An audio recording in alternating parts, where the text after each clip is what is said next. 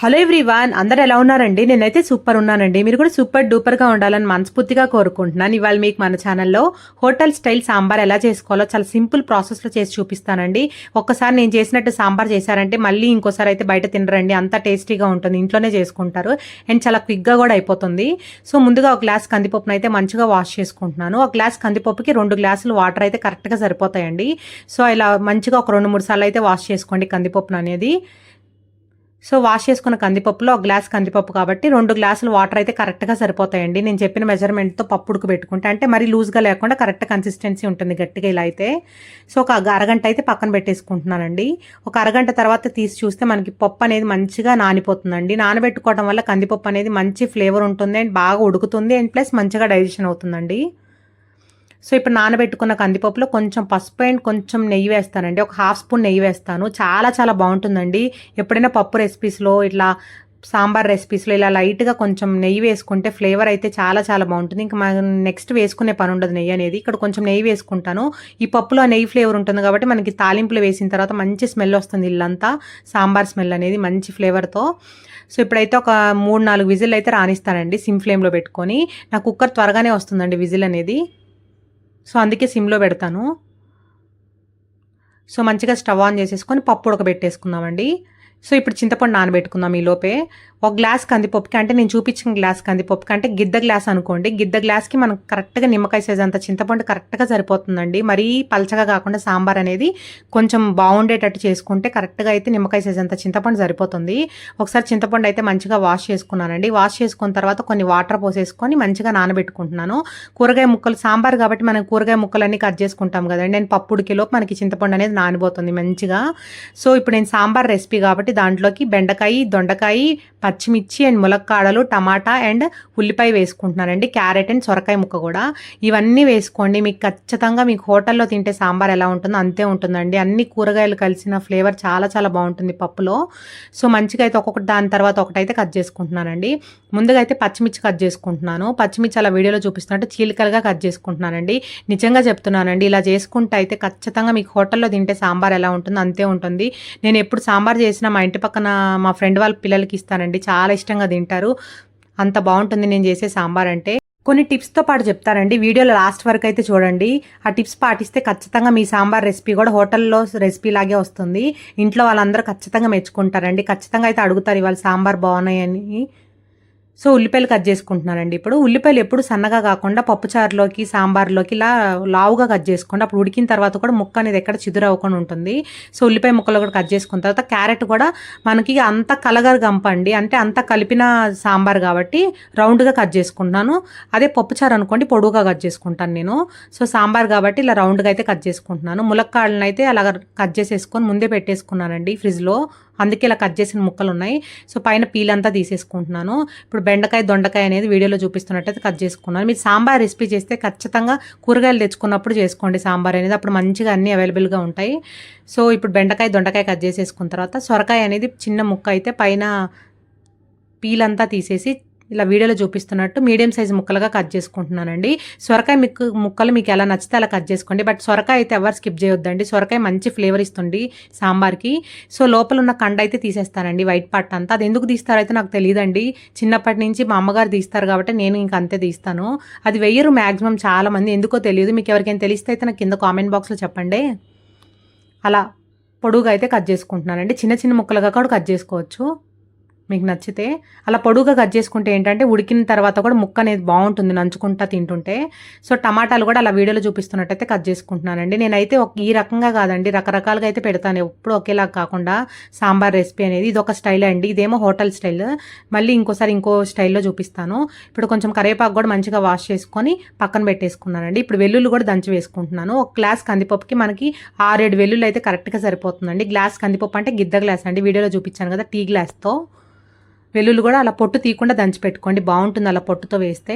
So ఈ లోపు మనకి ఇవన్నీ కట్ చేసుకునే లోపు కందిపప్పు మొత్తం అయితే పప్పు అనేది ఉడికిపోయింది అండ్ ప్రెషర్ కూడా పోయిందండి. తీస్తే మనకి చూసారా కన్సిస్టెన్సీ అనేది ఇలా ఉంటుంది.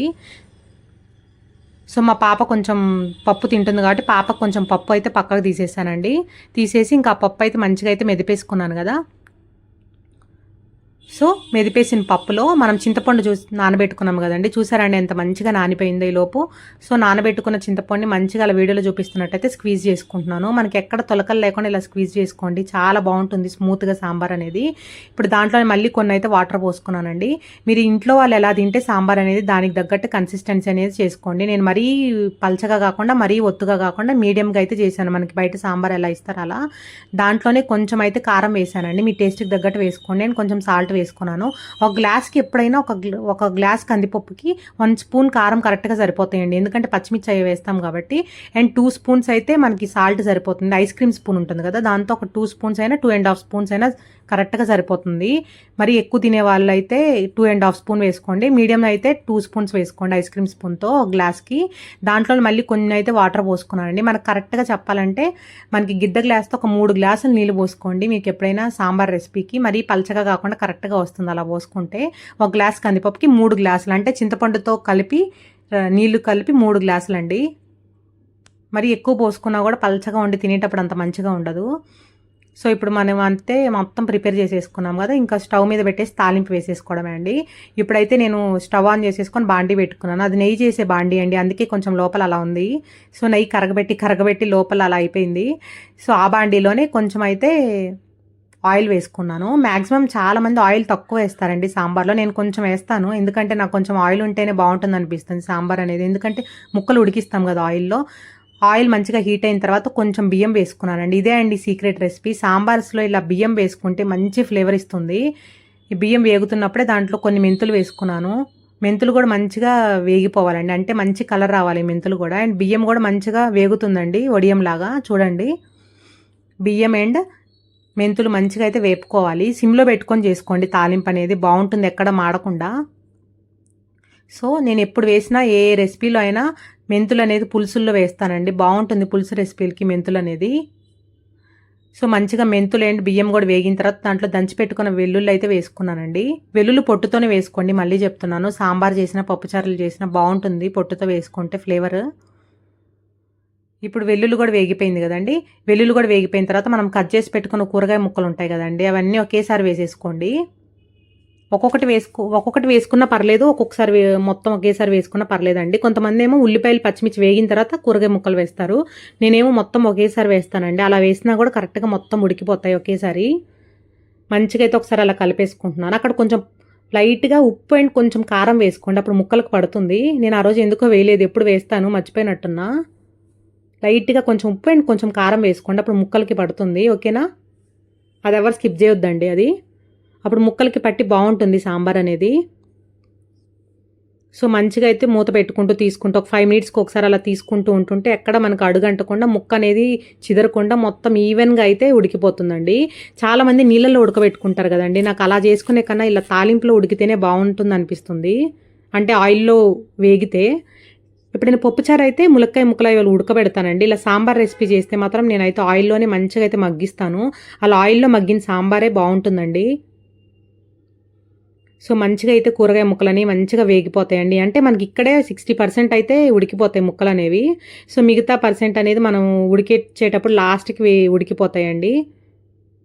సో ఇక్కడైతే మంచిగా అయితే ముక్కలు కూడా కలర్ చేంజ్ అయినాయి చూడండి. అలా కొంచెం కలర్ చేంజ్ అయ్యి టమాటా మగ్గిపోయిన తర్వాత మనము కలిపి పెట్టుకున్న పప్పుచారు అయితే పోసేసుకోవాలండి. అంటే పప్పు అండ్ కొంచెం వాటర్ వేసుకున్నాం కదా, కన్సిస్టెన్సీ అనేది అది పోసేసుకోవాలి. దాంట్లో చింతపండు పులుసు కూడా వేసుకున్నాం కదా, సో అది పోసేసుకొని మీకు ఇక్కడ ఇంకా వాటర్ పడతాయి అనుకుంటే ఇంకొంచెం పోసుకోండి, ఎందుకంటే మనకు తెలుస్తుంది కదా ఇలా పైకంటే గంట.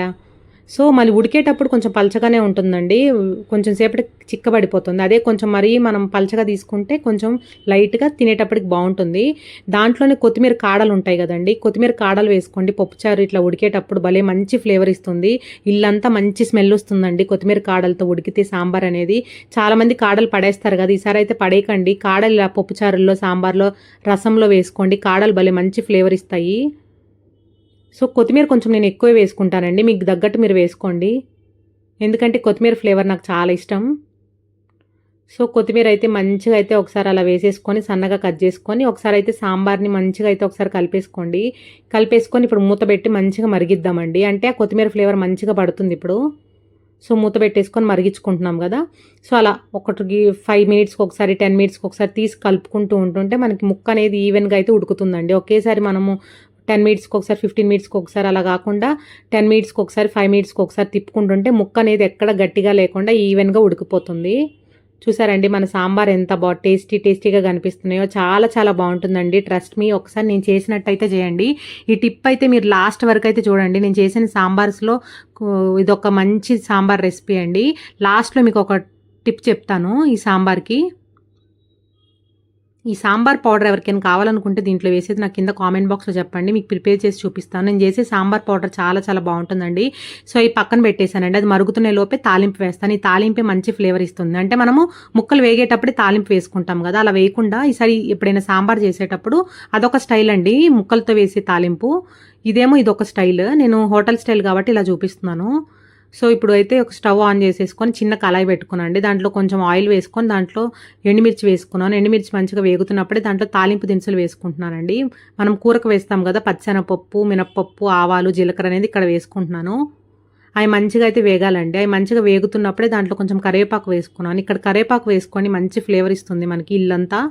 అండ్ సాంబార్కి కూడా భలే మంచి ఫ్లేవర్ ఇస్తుందండి తాలింపులో కరివేపాకు వేసుకోవడం వల్ల. కరివేపాకు వేయించిన తర్వాత ఇల్లంతా భలే మంచి స్మెల్ వస్తుంది కదండి. మీకు ఎంతమందికి ఇష్టం ఇట్లా తాలింపులో కరివేపాకు వేస్తే స్మెల్ అనేది? నాకైతే భలే నచ్చుతుంది. సో కరివేపాకు వేసాం కదండి. కరివేపాకు కూడా మంచిగా అయితే వేగిపోయిన తర్వాత సాంబార్ పౌడర్ అన్నాను కదండి, నేనైతే సాంబార్ పౌడర్ స్టవ్ ఆఫ్ చేసేసుకొని ఈ సాంబార్ పౌడర్ అనేది ఈ తాలింపులో వేస్తాను. అప్పుడు మనకి చాలా రోజులు అవుతుంది కదండి సాంబార్ పౌడర్, అంటే 15 డేస్ 20 డేస్ అయితే ఉంటుంది కదా. సో దాంట్లో ఏమన్నా ఫ్లేవర్స్ అనేవి అంటే రాకుండా లోపల ఉండిపోతాయి కదా. ఇలా ఆయిల్లో వేయటం వల్ల మనకి ఫ్లేవర్స్ అనేవి మొత్తం రిలీజ్ అయిపోతాయండి. దాంట్లో ఉన్న ఫ్లేవర్స్ అనేవి అంటే ధనియాల పొడి, జీలకర్ర, మిరియాలు అవన్నీ రిలీజ్ అయ్యి మనకి సాంబార్ అనేది మంచి స్మెల్ వస్తుంది ఓపెన్ చేసినప్పుడు. సో తాలింపులో సాంబార్ పౌడర్ స్టవ్ ఆఫ్ చేసేసుకొని వేసుకోండి సాంబార్ పౌడర్ అనేది. సో ఇప్పుడు మంచం తాలింపు కూడా వేగిపోయిన తర్వాత ఆ తాలింపు అనేది సాంబార్లో వేసేసుకొని ఒక 2 తెరులు రానిచ్చేసి స్టవ్ ఆఫ్ చేసేసుకోవడమే అండి. అంతే అండి, టేస్టీగా అయితే మన సాంబార్ రెసిపీ అయితే రెడీ అయిపోయింది. ఇది ఎవరికైనా మళ్ళీ చెప్తున్నానండి, సాంబార్ పౌడర్ కావాలనుకుంటే నాకు కింద కామెంట్ బాక్స్లో చెప్పండి, చేసి చూపిస్తాను. సాంబార్ పౌడర్ ఇలా తాలింపులోనే వేసుకోండి.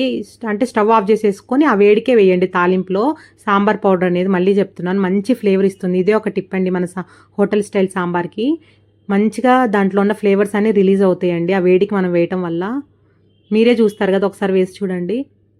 సో తాలింపు వేసుకున్న తర్వాత ఒక 2-3 తెరులు రానివ్వండి. చూసారండి మనకి పైకి ఇలా తెరులుతా వస్తుంది కదా, పైకి ఆయిల్ కూడా వచ్చింది చూడండి ముక్కల్లోకి పైన. అలా ఆయిల్ వచ్చేస్తే మనకి సాంబార్లో ముక్కలు అనేవి ఉడికినట్టే అర్థం అండి. కావాలంటే ఒకసారి చెక్ చేసుకోండి. ముక్కు ఉడికితే ఇంకా స్టవ్ ఆఫ్ చేసేసుకోవడమే. సో అలా పైకి ఆయిల్ వచ్చేసింది కదండి. ఇంకా లాస్ట్లో కొంచెం కొత్తిమీరతో గార్నిష్ చేసుకుంటున్నాను. సో గార్నిష్ చేసేసుకొని స్టవ్ ఆఫ్ చేసేసుకున్నానండి. ఒక బౌల్లోకి అయితే సర్వ్ చేశాను. అంతే అండి, టేస్టీ హోటల్ స్టైల్ సాంబార్ అయితే రెడీ అయిపోయింది. నేను చేసిన స్టైల్లో అయితే ఒకసారి సాంబార్ చేసి ఎలా ఉందో అయితే నాకు కింద ఫీడ్బ్యాక్ ఇవ్వండి. ఈ రెసిపీ అయితే మీకు నచ్చింది అనుకుంటున్నాను. నచ్చినట్టయితే ఖచ్చితంగా ఈ రెసిపీ అయితే ట్రై చేయండి. మన ఛానల్లో ఇది ఒక మంచి రెసిపీ అండి. చాలా చాలా బాగుంటుంది రెసిపీ అనేది, అంటే సాంబార్ అనేది. ఒక్కసారి అయితే నేను చేసినట్టయితే ట్రై చేసి ఎలా కుదిరిందో అయితే నాకు కామెంట్ బాక్స్లో చెప్పండి. Thank you so much for watching. Take care, bye bye, see you next video.